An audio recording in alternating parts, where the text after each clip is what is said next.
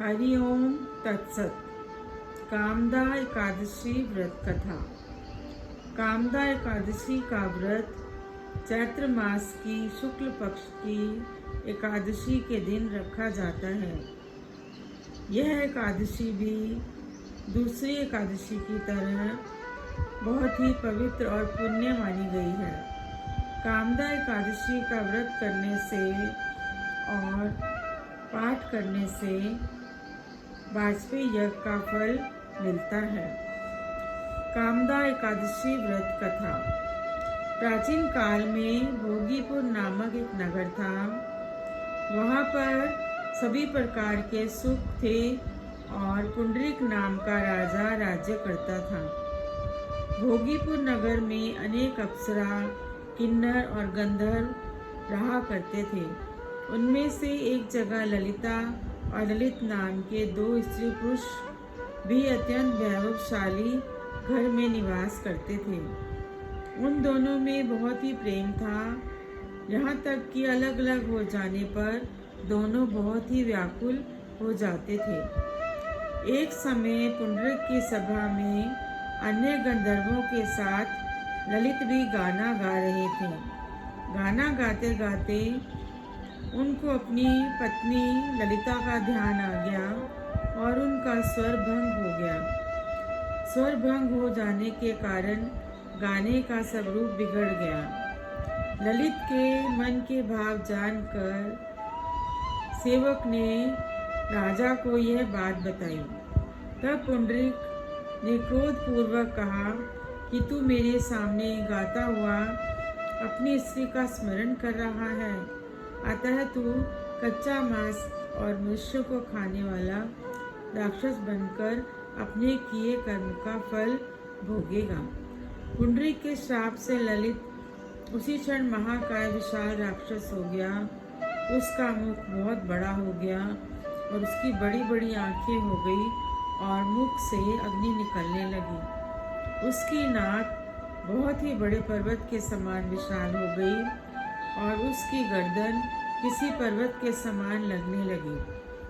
सिर के बाल पर्वतों के समान खड़े वृक्षों के समान लगने लगे और उसकी बाहें बहुत लंबी हो गई। कुल मिलाकर उसका शरीर बहुत ही बड़ा हो गया।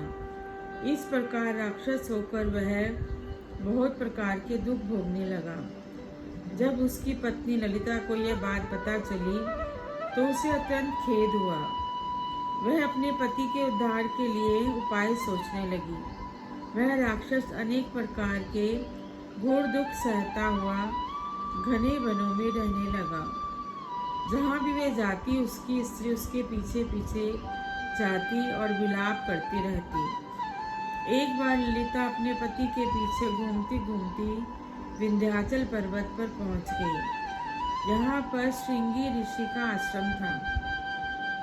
ललिता शीघ्र ही श्रृंगी ऋषि के आश्रम में गई और वहां जाकर हाथ जोड़कर प्रार्थना करने लगी। उसे देखकर श्रृंगी ऋषि बोले कि हे कन्या, तुम कौन हो और यहाँ किस लिए आई हो? ललिता बोली, हे मुनि, मेरा नाम ललिता है। मेरा पति राजा पुंडरीक के श्राप से राक्षस बन गया है। इसका मुझे बहुत दुख है। उसके उद्धार का कोई उपाय बताएं। ऋषि बोले, हे गंधर्व कन्या, अब चैत्र शुक्ल एकादशी आने वाली है, जिसका नाम कामदा एकादशी है। इसका व्रत करने से मनुष्य के साथ सब कार्य सिद्ध होते हैं। यदि तू कामदा एकादशी का व्रत कर कि उसके पुण्य का फल अपने पति को दे देती है तो शीघ्र ही राक्षस जोनि से वह मुक्त हो जाएगा और राजा का श्राप भी शांत हो जाएगा। मुनि के ऐसे वचन सुनकर ललिता ने चैत्र शुक्ल एकादशी आने पर उसका व्रत किया और द्वादशी को ब्राह्मणों के सामने अपने व्रत का फल अपने पति को देती हुई भगवान से प्रार्थना करने लगी, हे प्रभु, मैंने जो व्रत किया है इसका फल मेरे पति को प्राप्त हो जाए, जिससे वह राक्षस जोनि से मुक्त हो जाए। एकादशी का फल देते ही उसका पति राक्षस जोनि से मुक्त होकर अपने पुराने स्वरूप में आ गया। फिर अनेक सुंदर वस्त्र आभूषण से युक्त होकर ललिता के साथ विहार करने लगा। उसके बाद वे दोनों विमान में बैठकर स्वर्गलोक को चले गए। वशिष्ठ मुनि कहने लगे, हे राजन, इस व्रत को विधि पूर्वक करने से समस्त पाप नाश हो जाते हैं तथा राक्षस आदि की योनि भी छूट जाती है। संसार में इसके बराबर कोई और दूसरा व्रत नहीं है। इसकी कथा पढ़ने या सुनने से वाजपेयी यज्ञ का फल प्राप्त होता है। कामदा एकादशी व्रत समाप्त। भगवान श्री विष्णु की कृपा आप पर हमेशा बनी रहे। ओम नमो भगवते वासुदेवाय।